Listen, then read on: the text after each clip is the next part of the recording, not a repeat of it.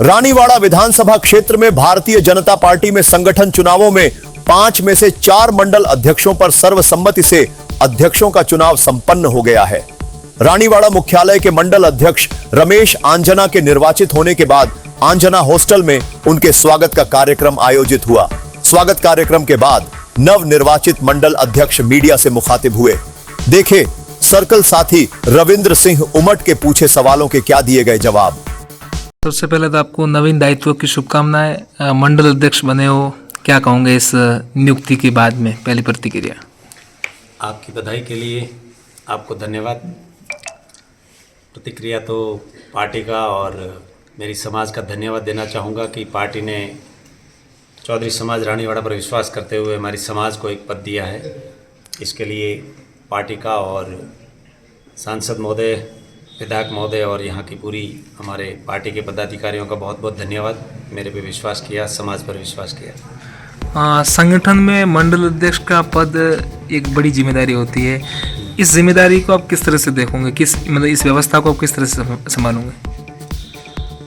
बड़ी जिम्मेदारी को समझकर इस पद की गरिमा को समझते हुए मेरी तरफ से यह पूर्ण रूप से कोशिश रहेगी, एक प्राथमिकता के साथ में कोशिश रहेगी कि इस दायित्व को जिम्मेदारीपूर्ण निभाते हुए मैं पार्टी के लिए वो काम पहले करूं जिस काम से पार्टी किस तरह मजबूत बने, पार्टी का संगठनात्मक ढांचा रानीवाड़ा विधानसभा में from every nook and corner, मतलब हर कॉर्नर से हम पार्टी को किस तरह से मजबूत बना सकते हैं, वो मेरी पहली प्राथमिकता रहेगी।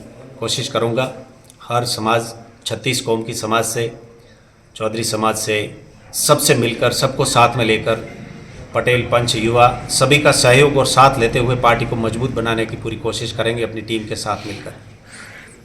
फिलहाल जिस पार्टी के आप मंडल अध्यक्ष बने हैं उस पार्टी की प्रदेश में सत्ता है, आप सत्ताधारी पार्टी के पदाधिकारी बने।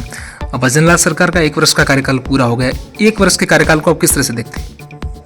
1 वर्ष का कार्यकाल पिछले 1 वर्ष आपने कहा पूर्ण हो चुका है, बिल्कुल सही है। हमारी सरकार ने 1 वर्ष पूरा किया है। इस 1 वर्ष के कार्यकाल में पार्टी ने शिक्षा व्यवस्था में चल रही पिछले कई सालों की बहुत सारी गड़बड़ियों को सुधार कर उसका ढांचा सही करने की पूरी कोशिश करी है। वो आप सब उस बात से वाकिफ़ हैं। युवा जो पेपर लीक जैसे मामलों से और शिक्षा व्यवस्था के बिगड़ते हुए ढांचे को लेकर आज की युवा पीढ़ी बहुत परेशान थी, उस पर सबसे ज़्यादा काम किया है और इस वजह से आज की युवा पीढ़ी और शिक्षा के क्षेत्र में आगे बढ़ रही युवा पीढ़ी का इस सरकार पर भरोसा बढ़ा है। और मुझे पूरा विश्वास है कि आगे के साल भी इसी तरह इंडस्ट्रियलाइजेशन, कंप्यूटराइजेशन और शैक्षणिक विकास पर ये पार्टी बहुत बेहतरीन काम करेगी। जिस इलाके से आप ताल्लुकात रखते हैं रानीवाड़ा, वहाँ पर ज़िले का मुद्दा काफ़ी इस बार चर्चा में है इस वक्त। ज़िले पर आपकी कोई टिप्पणी? इस पे मैं टिप्पणी नहीं करना चाहूँगा क्योंकि ये बड़ी बात है और यह पार्टी का निर्णय है, सरकारों का निर्णय है। मेरा निजी विचार यह है कि जब भी कोई जिला बनता है तो जितना जिले को बना करके उसका एरिया, क्षेत्र आप कवर करना चाहते हैं, वहाँ के क्षेत्र के लोगों से, सामाजिक कार्यकर्ताओं से, वहाँ के प्रशासनिक अधिकारियों से, वहाँ के राजनीतिक आकाओं से आपको सजेशंस और आपत्तियाँ मांगनी पड़ती है। कुछ समय पहले, 1-2 साल पहले आपको तैयारी करनी पड़ती है। उस क्षेत्र के सभी लोगों से आपको आपत्तियां मांगनी पड़ती है कि इस तरीके से हम जिला बनाना चाह रहे हैं, व्हाट इज योर सजेशंस, आप क्या कहना चाहते हैं, आपकी क्या राय है। उसके बाद में एक कमेटी डिसाइड करती है कि यह क्षेत्र जो हम जिला बनाने जा रहे हैं इसमें रहने वाले लोगों की ये प्रतिक्रियाएं हैं। उन प्रतिक्रियाओं के आधार पर कमेटी निर्धारित करके फिर आगे डिसीजन लेती है कि ये एरिया जिला बनाने लायक है, बनाना चाहिए कि नहीं बनाना चाहिए। उसके बाद में सारे डिसीजंस होते हैं, वो बड़े डिसीजंस हैं, बड़ी कमेटी के निर्णय होते हैं, उसमें मुझे नहीं लगता है कि मुझे कोई कमेंट करना चाहिए। Thank you. रमेश जी, जिस समाज से आप ताल्लुकात रखते हैं वो इस इलाके में बाहुल्य समाज है, चौधरी समाज। आगामी दिनों में पंचायत राज चुनाव होने वाला है। काफ़ी टाइम से यहाँ पे भारतीय जनता पार्टी का बोर्ड नहीं बना। किस रणनीति से आप चुनाव मैदान में उतरोगे इस बार? हम हमारी पूरी कोशिश करेंगे।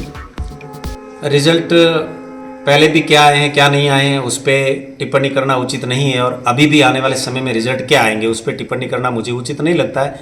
लेकिन हमारी तरफ से पूरी कोशिश रहेगी। चलो ठीक है, कभी कभार कोई रिजल्ट प्लस माइनस हो जाते हैं, पार्टी चाहे कोई भी हो, लेकिन हमारी पार्टी में भी कोई ऐसा रिजल्ट आगे पीछे हुआ होगा, तो उस पर नहीं जाते हुए अगली रणनीति में हम पूरी कोशिश करेंगे कि हमारी पार्टी के लिए पूरी तरीके से मेहनत करके अच्छी से अच्छी सीटें लाकर हम 100% बोर्ड बनाने की पूरी कोशिश करेंगे। अंतिम सवाल, पहले एयरफोर्स में सेवा, पार्टी में सेवा, दोनों सेवाओं को आप किस तरह से देखते हैं? 20 साल मैंने भारतीय वायुसेना में as a senior non commissioned officer सेवा करी। मैं 20 वर्ष की सेवा करके रिटायर्ड हुआ।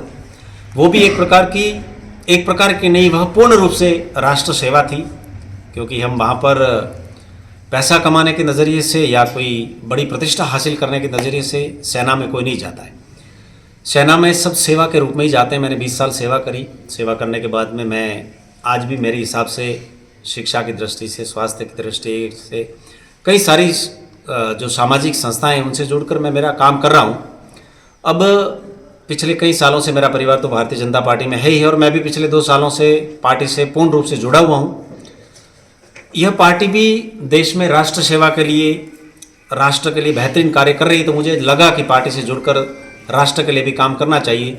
जिस तरह 20 साल भारतीय वायुसेना में राष्ट्र के लिए सेवा की है, जिस नज़रिए से, जिस डिग्निटी एंड डेकोरम से, जिस ईमानदारी और जिस प्रतिष्ठा के साथ में सेवा करी है, मैं मेरी आत्मा से पूरी कोशिश करूंगा कि उसी रैपो और उसी टेम्पो के साथ में भारतीय जनता पार्टी की भी सेवा करता रहूं।